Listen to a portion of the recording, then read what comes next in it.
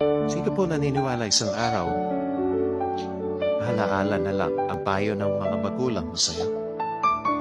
At sino po naniniwala isang araw, yung nanay na kasama mo ngayon, maaaring katabi mo ngayon, yung tatay na kasama mo ngayon, isang araw, aalalahanin mo na lang din. Hindi kayo ever na magkasama.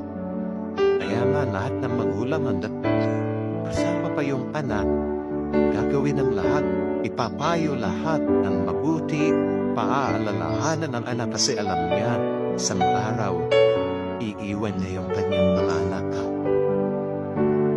Isang araw, hindi lang tayo ng mga magulang mo ang magiging alaala. Kahit magulang mo isang araw, magiging alaala na lang sa buhay mo. Kaya nga napakapalad mo ko. May magulang ka pa ngayon na kasama. May magulang ka pa ngayon na nagpapayo sa iyo. May magulang ka pa na papaalala sa iyo. Kasi one day, wala na yan sa tabi mo. Yung mga payo na, alaala na lang din sa buhay mo.